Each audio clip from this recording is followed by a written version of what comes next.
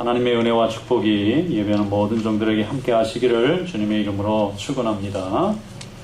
어떤 집사님이 잔치를 하게 되었습니다. 딸의 결혼식을 준비하게 되셨는데 결혼식 날짜를 정해놓고 나니까 그날부터 걱정할 게 너무 많습니다.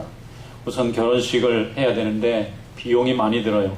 결혼식 예식장도 예약을 해야 되겠고 청첩장도 찍어야 되겠고 또 음식도 준비해야 되겠고 또 예단도 선물도 또 준비해야 되겠는데 이게 얼마나 스트레스가 되는지 이분이 그냥 잠을 제대로 못 자는 거예요. 너무 신경을 많이 썼어요. 나중에는 병이 날 정도예요.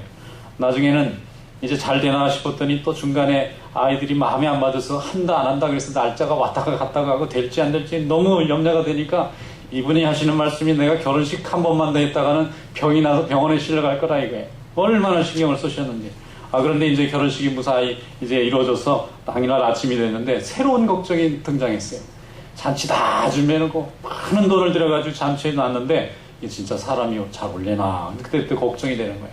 주차장에 나가서 기다리는데 30분이 돼도 사람이 안 옵니다. 아이고 이거 큰일 났구나. 20분에도 안 옵니다. 이거 평소에 열심히 자기는 부조금도 보내고 결혼식 친구들 다 찾아다녔는데 가만히 생각해 보니까 섭섭하게 한 일도 많고 좀 기분 나쁘게 한 일도 있고 막 이런 게 생각나서 안 올 것만 같은 거예요. 그러니까 그때부터 막 뒤에서 식은땀이 막 나고 주차장에 나갔다가 다시 방에 들어왔다가 예식장에 들어갔다가 아이한테 갔다가 안절부절 못하는 거예요. 옆에 있는 사람이 제발 그 주인은 좀 이 잔치에 제일 호스트니까 좀 가만히 계시라 그래도 계속 문 밖에 신경이 가는 것입니다. 이게 사람들이 안 오면 어떡하나. 해가지고 이렇게 많은 비용을 들여서 준비해놓은 잔치인데 사람들이 얼마 안 와서 음식을 다 버리게 되면 어떡하나 그러면서 아주 그냥 고민을 많이 하는 거예요. 5분 전쯤 되니까 이제 사람들이 조금 나타나요. 그러니까 조금 마음이 좀 편해졌어요. 이제 결혼식이 시작이 됐는데 아직도 자리가 반이나 비어 있어요.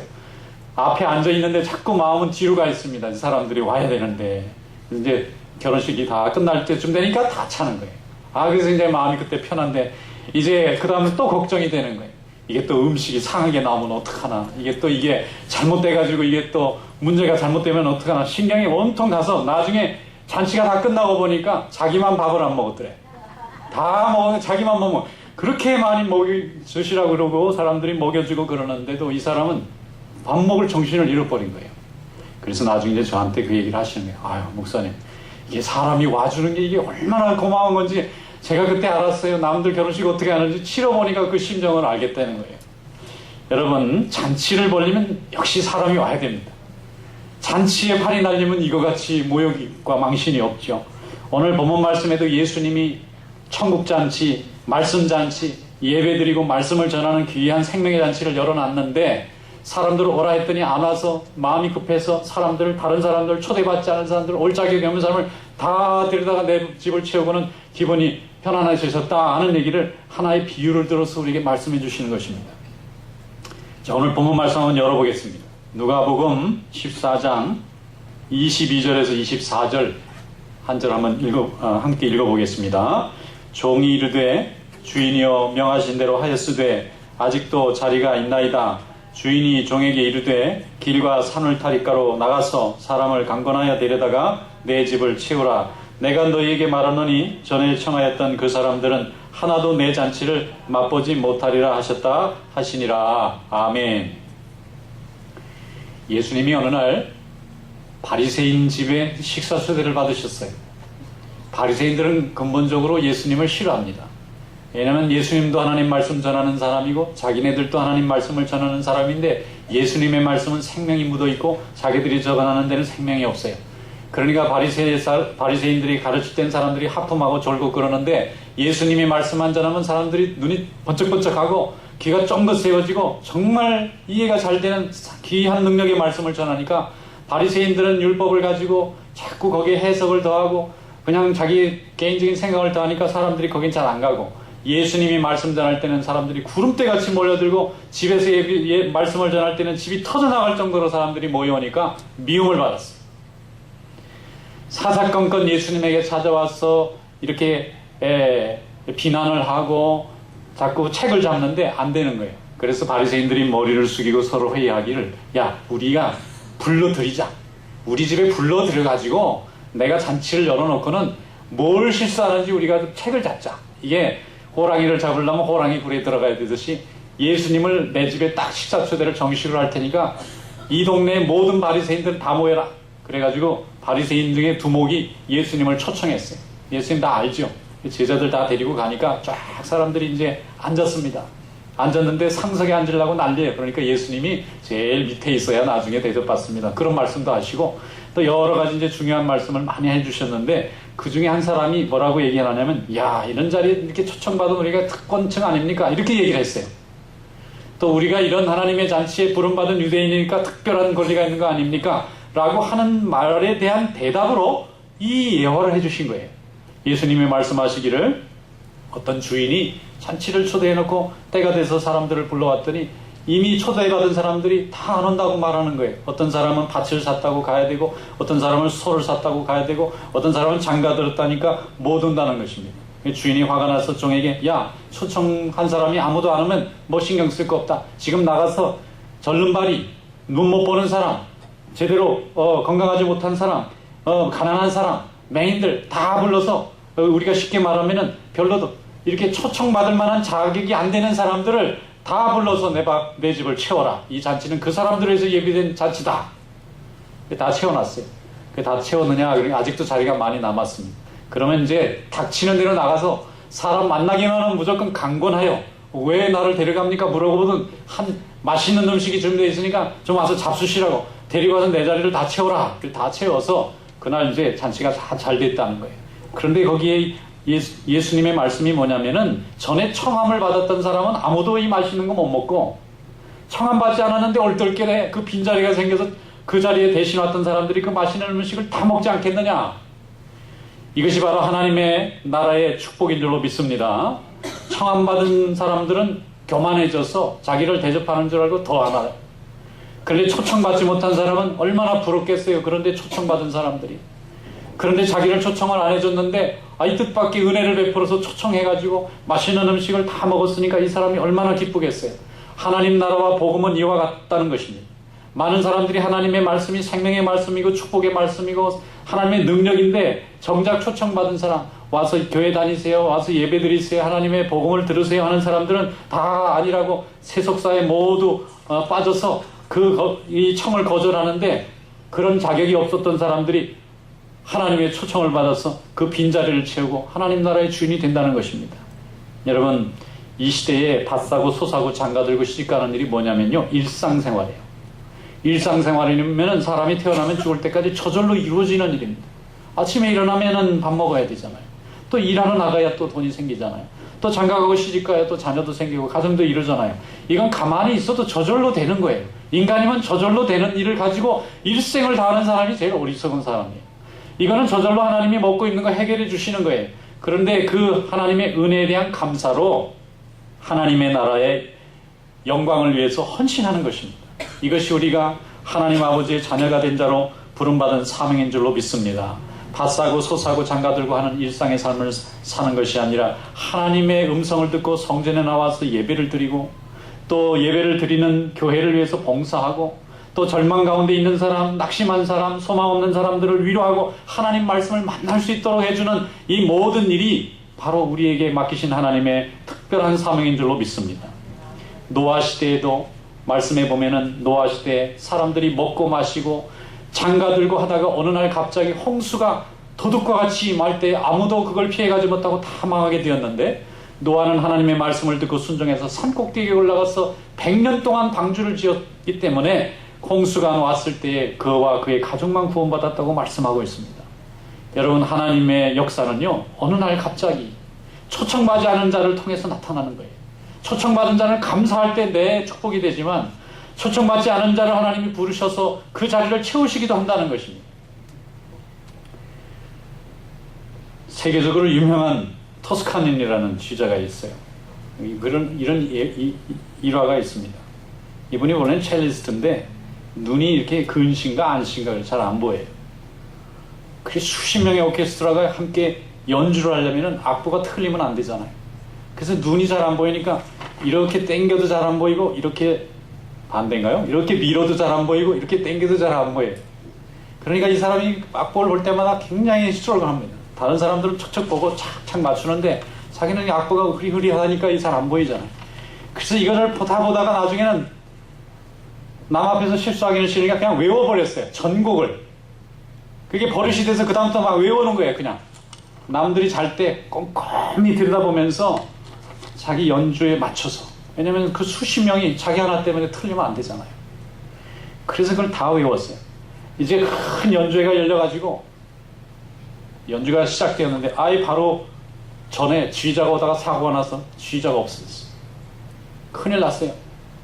이 지휘자가 없이 어떻게 연주를 해요? 그러니까 거기 수십 명의 단원이 있지만 이거 각자 자기 파트만 하고 앉아있었지 그 전곡에 대해서 그걸 이해하고 있는 사람이 없는데 급하니까 누구 혹시 우리 대원 중에 이 악보를 전부 다 어디서 쓰고 어디서 끊고 어디도 맞춰야 되는지 아는 사람 나와버리니까 이 사람이 자기가 다 외웠다는 거예요. 그러면 첼로 내려놓고 지휘를 해야 된대요, 오늘은. 그래서 이분이 말이죠, 지휘를 했는데 얼마나 악보를 열심히 외워놨는지 하나도 안 틀리고 본래 지휘자보다 더 잘하는 거예요. 그래서 그때부터 이제 가는 데마다 토스카는이 불러는 거예요. 이 사람이 뭐 신이 났어요. 가는 데마다 이 사람이 유명하고 너무 잘하니까 세계적인 지휘자가 됐어요. 여러분, 핀치히타 참 잘하는 거 중요합니다. 평소에 자기 잡자라는 건 누구나 다 하는 일이지만 평소에 준비를 잘 해놓을 때 그 일을 하는 사람이 그 일을 못하게 되면 나에게 기회가 와요. 제가 살아보니까 기회는 꼭 낚시질 비슷해요. 낚시질 아시죠? 저 해변가에 나가가지고 미끼에다가 이게 이렇게 박시바늘에다 미끼를 걸어가지고 물에다가 딱 내려놓으면요, 물고기가 지나가다 뭅니다. 꼭 기회가 그거가 비슷해요. 물고기 같아요. 근데 누군가는 내려놔야지 그 사람이 건지지. 아무리 땅에서 언제 고기 잡나고 백날 얘기해봐도 낚시 내려놓은 사람 아니면 못 잡는 거예요, 그걸. 하나님의 역사도 마찬가지입니다. 하나님께서 우리에게 주신 은혜와 지혜가 있어요. 그걸 가지고 감사하면서 날마다 성전에 모이게 쓰고 날마다 기도하고 날마다 말씀을 사모하면 어느 날 말씀의 축복이 딱 걸려서 나한테 오고 내가 하나님의 축복의 길이 열려질 줄로 믿습니다. 그런데 안 해요.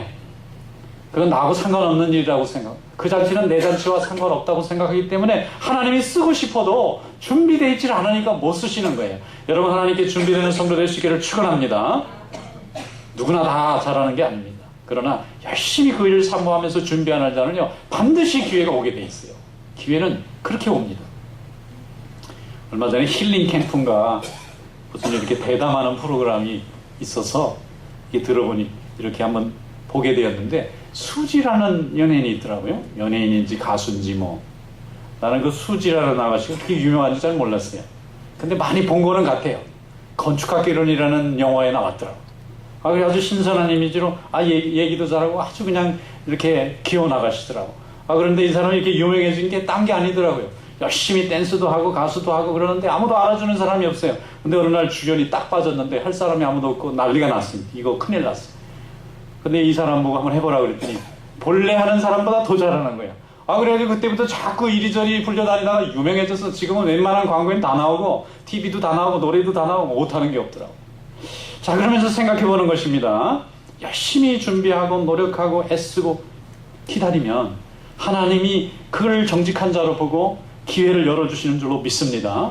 요셉이 열심히 하나님 앞에 기도하고 감옥에 있었지만 하나님이 쓰실래니까 거기 하필이면 왕의 술 맡은 관원장에 잡혀서 한 방에 들어가느냐 이 말이에요. 하나님이 쓰시려고 하니까 준비된 자에게 하나님이 다 역사하시는 줄로 믿습니다. 자기를 파멸하게 만든 사람 원망하지 않았어요. 그 사람 때문에 에너지 쏟지 않았습니다. 하나님이 내게 주신 오늘을 감사하면서 살면은 모든 것이 다 기회인 줄로 믿습니다. 그래서 말이죠, 항상 하나님의 백성들은 늘 준비하고 늘 하나님 앞에 감사하면서 사는 이 믿음의 삶이 우리에게 축복의 길을 열어주는 그런 열쇠가 되는 줄로 믿습니다. 어떤 분이 예수를 안 믿고 교회도 안 다니고 교회 다니는 사람 내는 비판이나 하고 그런 분이었는데 부인이 믿음이 좋아요. 그래서 열심히 기도하다가 이분이 이제 예수를 믿게 되었어요. 세례도 받게 됐는데 이분의 평소 지론이 뭐냐면 교회 다니는 사람 보니까 교회 다니고 싶지 않다는 게 이분 평소 지론이에요. 교회 다니는 사람을 보면 교회 다니는 것도 아니고 아는 것도 아니고 저렇게 예수 믿을 거면 차라리 안 다니는 게 낫지 이렇게 생각해서 교회를 안 갔어요. 그런데 이제 할 수 없이 이제 세례까지 받으니까 예수 믿는 사람이 됐어요. 자기도 이제 그 비난에서 자유롭지 않은 거예요. 그래서 이분이 고민하다가 그래 내가 이왕 예수를 믿었으면, 이분이 중국 대사까지 하신 분입니다. 근데 이왕 예수를 믿었을 거면은 제대로 믿자. 그래가지고 어떻게 해야 제대로 믿나 봤더니 아는 게 없어요. 세례만 받았지 뭐 교리가 뭔지 예배가 뭔지 봉사가 뭔지 아무것도 몰라요. 그래서 이제 어떻게 하면 좀 신앙생활을 잘 이렇게 제대로 할 수 있습니까? 그랬더니 처음부터 기초부터 성경 공부도 열심히 해가지고 이렇게 좀 수준 높은 단계까지 가면 좋대. 그래서 이분이 그럼 제가 해보겠다. 그래가지고 3년 동안 그 교회가 개설하는 모든 성경 공부는 다 참석했어요. 새벽이고 밤이고 낮이고 퇴근하고 숙제 내면 숙제 내는 대로 다 적어가지고 밤새도록 외워가지고 대학 입학 학력고사 보는 거예요, 같이. 이번 공부 잘하는 분이니까 학습도 이미 훈련이 돼 있는 분이라 뭐든지 그렇게 받아들이는 거예요. 한 3년쯤 지나니까 이분이 이제 아주 이제 성경적으로나 교회 여러 가지 봉사하는 거나 이제 많은 훈련을 통해서 이제 굉장히 좋은 교인이 되셨어요. 근데 어느 날 성경부를 인도하던 그 교회 보목사님이 다른 데로 가셔서 가르칠 선생님이 갑자기 없어진 거예요. 코र्스는 아직도 반년이나 남았는데 중간에 가르치던 목사님이 없어지니까 어떻게 해요? 이걸 다른 분이 좀 대신 가르쳐달라고 그랬더니 가르칠 만한 분이 없어요. 그분이 가르친 코र्스이기 때문에 아무도 몰라요. 그래서 이거 어떻게 하면 좋을까 하고 다 걱정했더니 사람들이 그분을 얘기하는 거예요. 혹시 좀 가르칠 수 있겠냐? 이제 평신도가 어떻게 감히 목사님들 자리를 제가 대신 가르칠 수 있으면 그러지 말고 지금 특별한 케이스니까 좀 한번 가르쳐보면 좋겠다 그랬더니 이분이 말이죠. 공부한 책만 수십 권이야, 교회 안에서. 그 교재를 다 공부하니까 머릿속에 다 이 그림이 들어가 있어서 칠판 갖다 놓고 그러면 제가 목사님이 못 맞춘 그 기간 동안만 제가 대신 평신도지만 여러분 가르쳐 보겠습니다. 그리고는 이제 쫙 가르쳤는데 너무 잘 가르치는 거예요. 심지어는 목사님이 가르친 것보다 더 잘 가르치는 거예요. 가르치는 은사가 있어요. 그러니까 사람들이 막 열광을 하는 거예요. 막 거기에 사람들이 늘어나가지고 아예 방을 옮겨줬어. 막 사람들이 많이 오니까. 이게 소문이 나가지고 옆에 교회에서도 부르고 간증하고 나중에는요. 이 지금 유명해지신 분이 됐어요. 어떻게 말씀을 잘 전하시는지 아주 하나님이 그런 지식의 은사를 주셨어. 여러분, 하나님의 일은 사모하는 자에게 하나님이 길을 열어주시는 줄로 믿습니다. 예수를 믿으면 행복해야 되잖아요. 예수 믿으면서 고민하고 있을 거면 왜 믿어요? 예수를 믿고 교회 오면 감사하고 기뻐해야 되잖아요. 기쁘지 않은 일이 세상에 너무 많은데 교회당까지 와서 기쁨을 잃어버리면 어떻게 해요? 교회 오면 기쁨이 남보다 배가 돼야 될 줄로 믿습니다. 그러려면요, 좋아하는 일이 있어야 돼요. 사람을 좋아하는 것도 좋고 음식을 좋아하는 것도 좋고 또 봉사하는 걸 좋아하는 것도 좋고 기도하는 걸 좋아하는 것, 뭐든지 좋아하는 일 때문에 교회에 오셔서 하나님의 역사를 체험하는 종들이 될 수 있기를 축원합니다. 하나님의 잔치는 모두에게 오픈되어 있어요. 모든 사람에게 개방되어 있어요. 날마다 교회는 예배 드려지고 날마다 누구난가는 교회에서 기도하고 있어요. 내가 기도 안 한다고 기도가 멈춰지는 게 아닙니다. 내가 예배 안 드린다 해서 그가 예배를 받는 게 아니에요. 내가 안 드리면 누군가 하나님이 또 들과 산을가로 가서 강건하에 데려다가도 내 집을 치우는 것이 하나님의 역사인 줄로 믿습니다. 세속적 세계관을 가진 사람은 세속이 자기 인생의 목적이에요. 그러나 하나님 중심의 세계관을 가진 사람은 하나님이 내 인생의 중심입니다. 성전에 모이기 힘쓰고 교제하기를 힘쓰고 말씀 듣기를 원합니다. 그래서 하나님은 그런 사모하고 기뻐하는 자들을 통해서 오늘도 하나님의 나라를 확장해 나가시고 지금도 죽어가는 심령들을 구원하는 구원의 역사를 이루시는 줄로 믿습니다. 사도행전 13장에 보면은 사도 바울이 비시디 안디옥이라는 데 가서 안식일에 복음을 전하게 되었는데 안식일에 사람이 모인 것이 어딘가 봤더니 회당에 많이 모여 있어요. 회당에는 유대인들이 주일마다 모이는 곳입니다. 거기서 하나님의 말씀을 전하면서 예수 그리스도의 복음을 전했더니 유대인들이 다 미워하는 거예요. 그래서 내쫓습니다.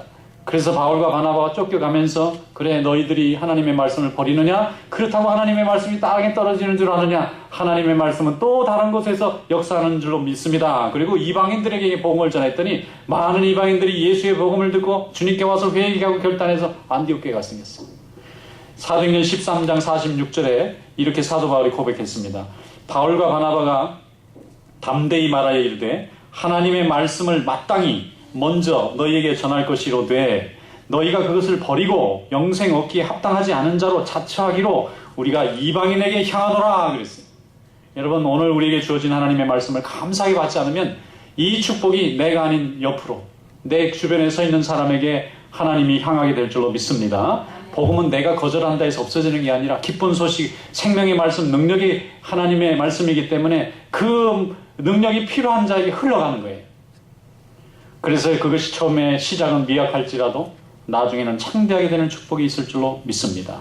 하나님이 주시는 복을 기쁨으로 받아들이시기를 축원합니다. 또 사모하시고 또 감사하는 그런 성도 될 수 있기를 축원합니다. 잠언 1장 7절에 말씀하기를 여호와를 경외하는 것이 지식의 근본이거늘 미련한 자는 지혜와 훈계를 멸시한다 그랬어요. 하나님을 믿고 섬기는 게 최고의 지혜인데 이 미련한 사람들은 그게 어리석다고 자꾸 거부한다는 거예요. 또 잠언 3장 5절 6절에는 너는 마음을 다하여 여호와를 신뢰하고 내 명철을 의지하지 말라 그랬어요. 명철이란 건 내가 스스로 똑똑한 줄 아는 것입니다. 이거 너무 의지하면 넘어지기 쉽습니다. 너는 범사의 길을 인정하라. 그러면 내 길을 지도하시리라 그랬어요. 모든 일을 다 인정하세요. 하나님의 선하신 뜻을 이해하고 순종하세요. 그러면 하나님이 우리 길을 선하게 인도하십니다. 절대 실족하지 않게 합니다. 어떤 분이 전도를 하러 갔어요. 그 사람을 놓고 기도도 많이 하고 또 그 사람이 예수 믿고 주님 전에 와서 행복한 삶을 살기를 바라는 마음으로 가서 복음을 전했는데 이분이 마음이 준비가 안 돼 있어요. 일터에 와서 자꾸 교회 얘기하니까 싫다고 외면합니다. 그래도 전하는 집사님은 열심히 땀을 뻘뻘 흘리면서 교회 나와야 됩니다. 인생의 소망이 하나님의 말씀에 있어요. 그걸 자꾸 전하니까 이 사람이 듣다가 일거리를 들고 옆으로 갔어요. 안 듣겠다 그거죠. 그쯤 되면 가야 되는데 이 집사님 마음에 그래도 전하고 싶은 마음에 자꾸 전하니까 그 옆에 앉아 있었던 다른 일하던 분이 좀 안 됐는지 그래 저한테 그럼 얘기 좀 해보라고. 그렇게 꼭 그렇게 좋은 거면 나한테 좀 얘기해보라고. 그래서 그분이 얘기했더니 이 사람은 또 열심히 들어요.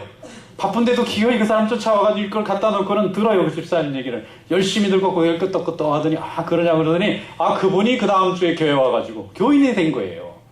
여러분 복음의 말씀은 내가 외면한다고 없어지는 게 아니에요. 옆 사람이 은혜 받고 옆 사람이 내 받을 축복을 대신 받습니다. 소아마비로 다리를 저는 총각이 있었어요. 그런데 선을 보기만 하면 처녀들이 앉아있을 땐 모르다 걸어가면 딱지를 먹는 거예요. 아니 이게 좀 자세가 이게 불편하잖아요. 이왕은 줄이 쫙 걸어가면 좋지 삐걱삐걱 가면 좋아하겠어요? 그러니까 처녀들이 다 딱지를 놔서 이 사람을 장가를 못 가는 거예요. 그래서 이제 어렵게 주변에서 이제 선을 보게 했어. 이제 선을 보게 되었는데 역시 딱지를 또 맞았어. 아무래도 이제 자신이 없는 거죠, 아가씨가. 그런데 그 얘기를 듣고 그 아가씨 친구가 그럼 불쌍한 사람이 다 있니? 그러면서 관심을 보이면서 자꾸 그 사람을 만나가지고 불쌍하다더니 나중에 그 사람이 결혼했어요. 여러분 하나님의 은혜는 항상 어느 곳에 씨가 뿌려지면 반드시 열매 맺는 것이 있습니다. 그러므로 우리가 그래서 전도하려는 거예요.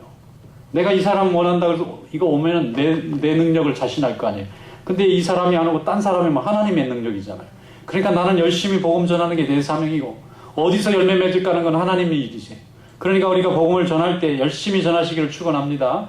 우리 교인들 열심히 요즘 어방전도 하시는데 가서 열심히 전할 때에 핍박하는 사람 또 모욕 주는 사람 많죠. 그 하나님 앞에 다 영광이 되는 줄로 믿습니다. 나는 모욕이 됐지만 주님의 그 고난에 동참했으니까 또 복을 받고 또 하나님의 말씀을 들은 사람은 집에 가서 못된 소리하고 왔지만 양심이 찔리기도 하고 괴롭기도 하고 그게 말이죠. 하나님의 말씀이 내 심령에서 역사하기 시작하면요. 그거 못 참습니다. 하나님 앞에 결국 나와야 돼요. 그렇게 해서 우리가 다 주님의 자녀가 된 것이 아니겠습니까? 예수님께서도 먼저 유대인들에게 왔습니다. 왜냐하면 예수님의 동족들이시고 예수님이 유대인이시고 유다 지파 사람이니까. 그래서 그들에게 복음을 전했는데 그들의 질투심과 미움으로 예수님을 미워하게 되었어요. 그러니까 그 복음이 이 유대인들에게 있어야 될 복음이 흘러넘쳐서 이웃집으로 갔어요. 이방인들이 다 예수 믿게 되었습니다. 그래서 세상에 물이 바다를 덮은 같이 온 세상에 하나님의 말씀이 충만해서 오늘 우리도 이렇게 복을 받고 하나님의 자녀가 되었지 않습니까?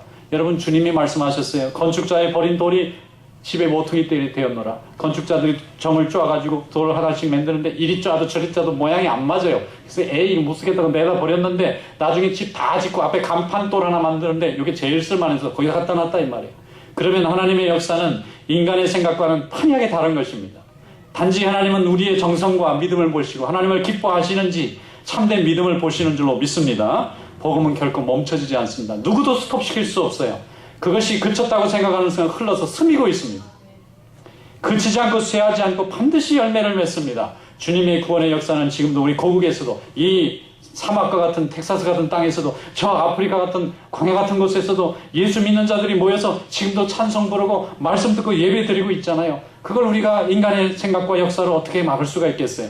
그래서 베드로전서 1장 4절 5절에 말씀하기를 썩지 않고 더럽지 않고 쇠하지 않는 유업을 잊게 하시나니 곧 너희를 위하여 하늘에 간직하신 것이라 그랬어요.